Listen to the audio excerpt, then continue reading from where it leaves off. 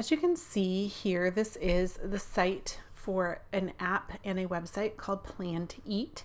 And this is what I recommend that you use to make this really easy. First thing you're going to do is you'll find there's a link down below that you can click through to sign up for a free 30-day trial to Plan to Eat.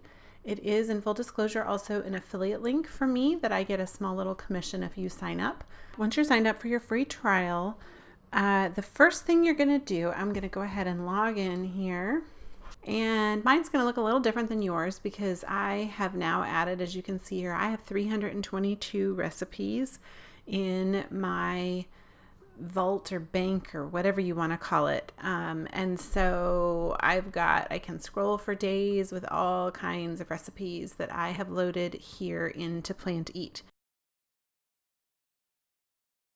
And I'm going to go ahead and pull up a clean slate here. So we'll just look here and pretend that I am planning for this week right now, for this October week. My girls would end up planning 2 of these lunches and I plan the other one. And then in our house, we're on our own for the other lunches, just to figure out yourself. And then I'm going to be planning 5 of these dinners, and 2 of them my girls are going to plan. So to find, it's really easy here. There's so many great features. So if I want to, like every Friday night, I make pizza. It's super easy, super fast. So I can search for pizza recipes that I have in those 322 recipes you saw I said I had. And it's found 45 recipes. And there's a couple things you'll see here. Number one, you can see how many times we've planned a meal. And that gives a good indication when I'm looking through how much we've liked it. You can clearly tell with this one 72 times. This is what I pick the most often because it's the most brainless, easy thing to do when I cook pizza on Friday night. And then if I click on this, you're going to see this happens to be a recipe that is on my site of how to make a nice crisp crust pizza. And we have given it 5 stars because we love it. I didn't pull in directions and notes for this. I just have pulled in the ingredients, and I've even added a few extra things that since this post was written that we've figured out that we like adding on our pizzas. So you can just edit this any way you want. I'm just going to drag this and drop it on my Friday, the October 18th.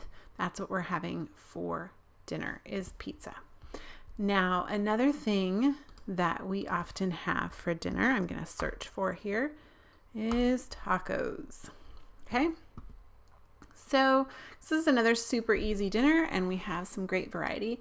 And I'm just going to pretend that I know that on Wednesday night that my daughter has somewhere to go, and so I know that I need it to be a crock pot dinner because I've got 30 minutes to get everybody fed and out the door in a really small window between the time one comes home from one activity and the other's got to get to another. To keep it super, super simple, I'm going to click on this little plus symbol and I'm going to add an ingredient, and I'm going to put on the plan that we want to have guac and we want to have some chips with that.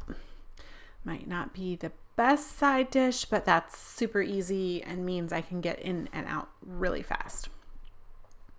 And then I know Thursday night we have another Girl Scout meeting, and let me show you another way to sort. So you can, when you import recipes from wherever you're importing them from, websites, Pinterest, wherever you're importing them, you have the ability to select which course it goes to, and you can actually choose what your courses are named as well. There's tons of personalization you can do here, and you can assign a cuisine. I have another post which I will link to that is all about meal planning for busy moms, and I talk in that about creating themes for different nights. And so I have my recipes in here based on the theme so that it makes it super fast and super easy to plan. So if I need to plan a vegetarian meal, I could just click here on vegetarian, and then down here in this side, it's going to give me all the vegetarian meals. And I was thinking that I needed something quick and easy, and here's vegetarian, so I can put that baked potato slow cooker soup right there. And maybe I want to serve that with a little side salad, which you can also create your own recipes very simply and very easily. And you do that by coming under this cook tab up here and just clicking this add recipe, and you can add your title. And you can giggle at that. And then you can do your ingredients, whatever it is you're doing here, by this line item input. I like doing the bulk better. So let's say I was just wanting to put in that we're doing a side salad and we want romaine lettuce and we want a tomato and we want cucumber and salad dressing. And I can leave it like that. There's nothing really specific about that. And if I were to save this, then it's going to add those things onto my plan for the week. So this would be a good way to add something that you just consistently use around your house or eat around your house, and make it super easy to add it to the plan.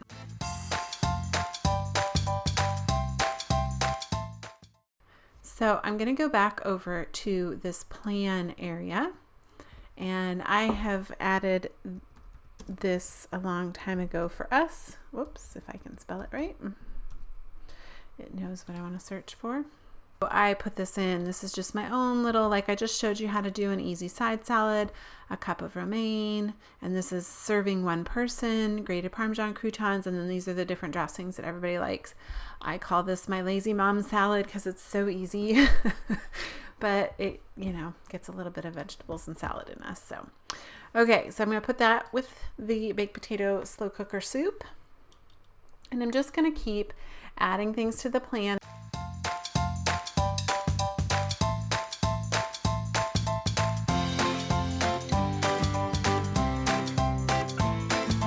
So as I look to fill these last two slots, first up, I'm going to, on Saturday, just click this plus symbol, and in the add note, I'm going to write in that we're having leftovers and add that note.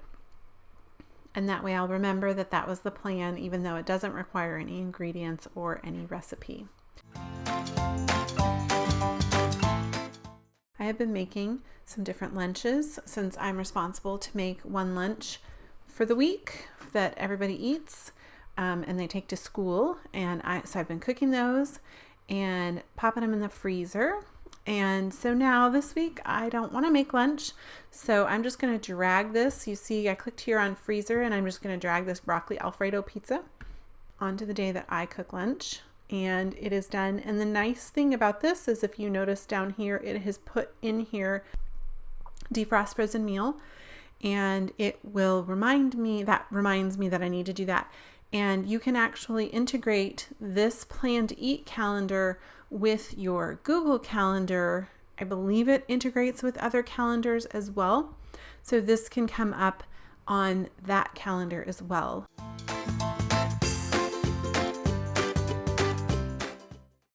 Okay, so we are going to pretend that I have all the meals planned just to show you what you can do next. And next is the part that I love. So the next thing you're going to do is go ahead and click on this shop tab. Okay. So you're going to click on the date range. You have it selected on custom date range, and click on the date range, and then you can click on each window and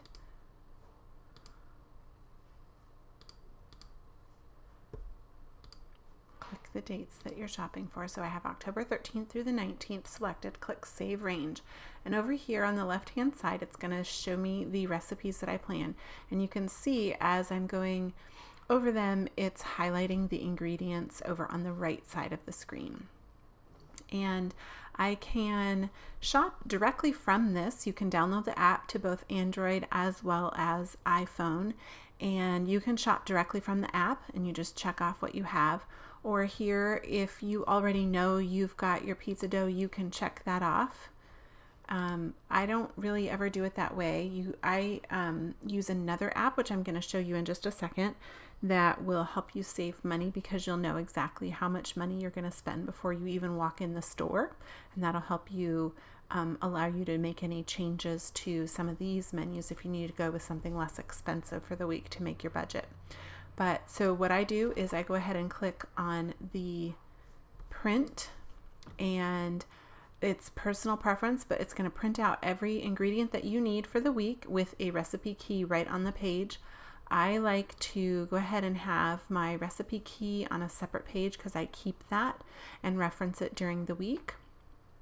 This is just my list that I need to check if I have these ingredients or what I need. So then I go ahead and print that.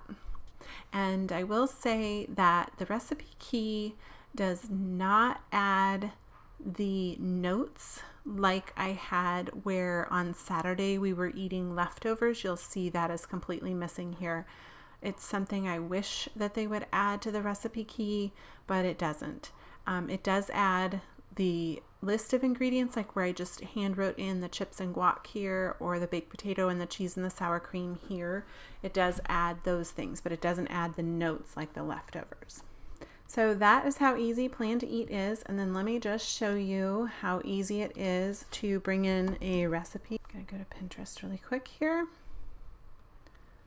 And let's say we want this pumpkin streusel bread.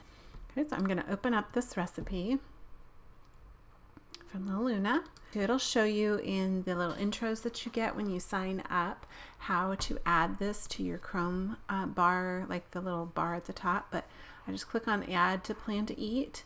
It has brought in the title, it's brought in the picture, it has a link so that I can find it again if I want to. This one has the prep time, how many it serves. It's pulling in all the ingredients, all the directions. It's already putting it as a bread. If I wanted to, I could put this in here as I can swap that to like a breakfast. I'm just going to leave it as a bread for now. And then all I have to do is click Save Recipe. You can see it's saving. And if I'm on My Recipes, it's going to show it. It's going to show it in this sidebar, and then I can just pop it on to the day.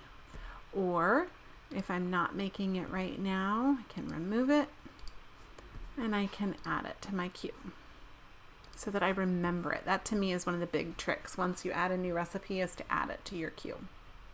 Otherwise, you will end up like me with 323 recipes and very few that you've actually tried because you forget which ones you've added and what you wanted to do and all that kind of stuff. This is the app that I like to use. It's called Grosh.